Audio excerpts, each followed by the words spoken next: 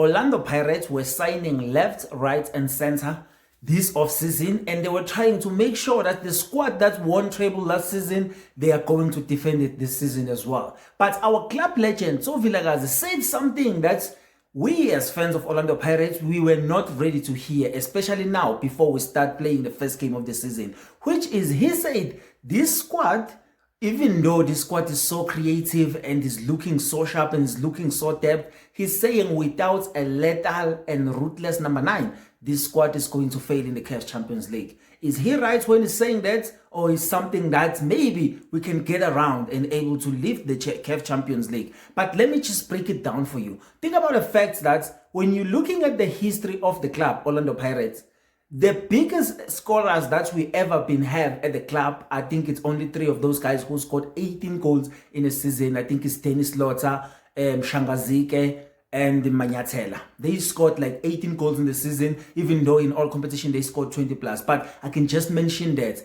And then I think the closest guy, I mentioned Mabasa as well with 19 goals. So I think it's one of those guys that actually scored the highest number in an Orlando Pirates jersey in the league form. And then last season, Mutuma scored 5 and then Mahopa scored 6. And I think that's 11. That doesn't even make the top numbers of those guys combined. And I think that's a problem for Orlando Pirates. But now you're going to look at the fact that the culture of the club, ever since I was young, starting to support Orlando Pirates, I've realized that we never had lethal strikers that will score week in and week out, even though we had guys like Dennis Lotter who were scoring goals back then. But I'm saying to you, Pirates used to rely more on their wingers to actually score more goals in midfield. And I think it's been something that we carry over even in the 20s now. And we are playing that way, scoring using our midfielder. And I think it's not really a problem if you're able to get those goals in games and win matches. But sometimes it's a problem if you need the person that is trained to score goals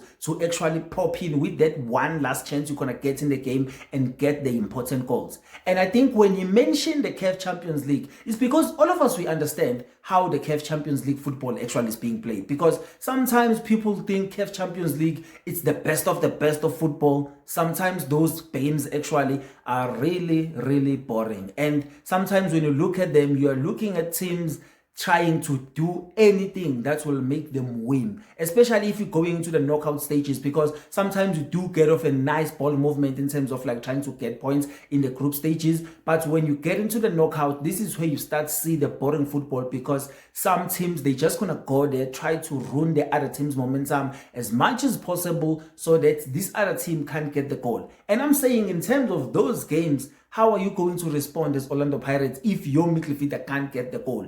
Who you going to rely to actually get goals for you so that you can move into the next stage of the competition? And I think those were really, really important questions that a lot of fans actually never even think about in terms when it comes to the signings that we are making. We signed some incredible players and I'm happy about, and a lot of Orlando Pirates are happy about those signings. But I remember there were some talks, they were not even good talks, big talks actually. They were like just talks saying that Orlando Pirates is willing to go and find a lethal striker. And I thought they were going to go out there and get that striker because the news were saying they are even willing to go overseas.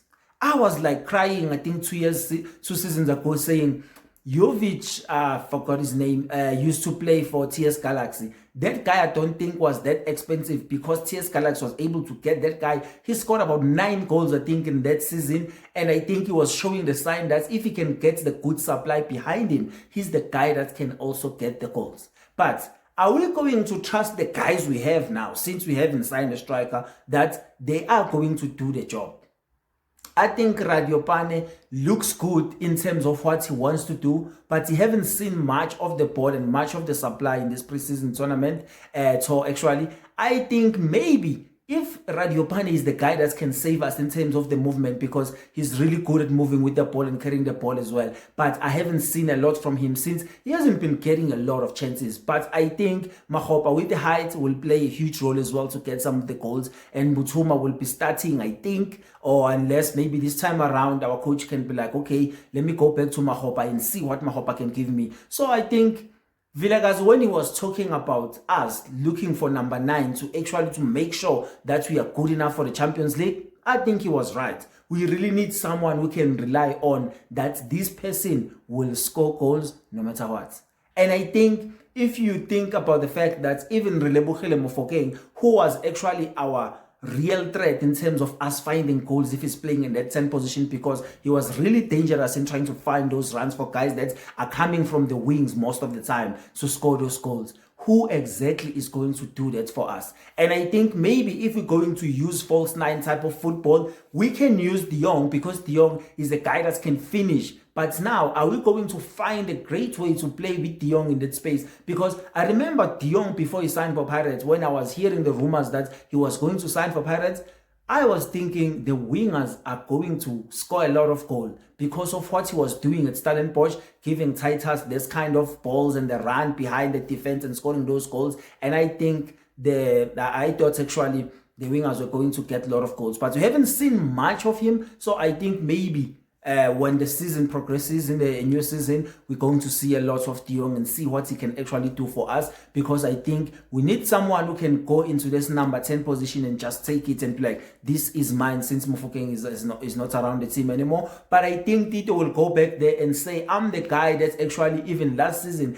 I came with 8 goals to make sure that I'm the guy that's always provide for this team. So I think it's going to be difficult now that the person that was given that role is no longer around. People need to fight for it. And I think I haven't seen a lot of Molai, because I think when he was playing in that game, I was not sure if he was really fit or maybe it was too hot for him. But yeah, I didn't see a lot from him. But I think lethal number 9 will be the answer for us to be even more confident if we're going to defend our treble and win 2 more trophies. So I think maybe Orlando Pirates, they still have a chance to go and look for the striker. Maybe the striker joins us actually in January, and then this is where actually the Champions League is getting tougher and tougher. So they still have 6 months to go out there and look for proper number 9, and they will have more months actually to look at the strikers we have to see that we really need to go out there and look for the lethal number 9 striker. I don't know who they're going to find. I don't know where they need to go,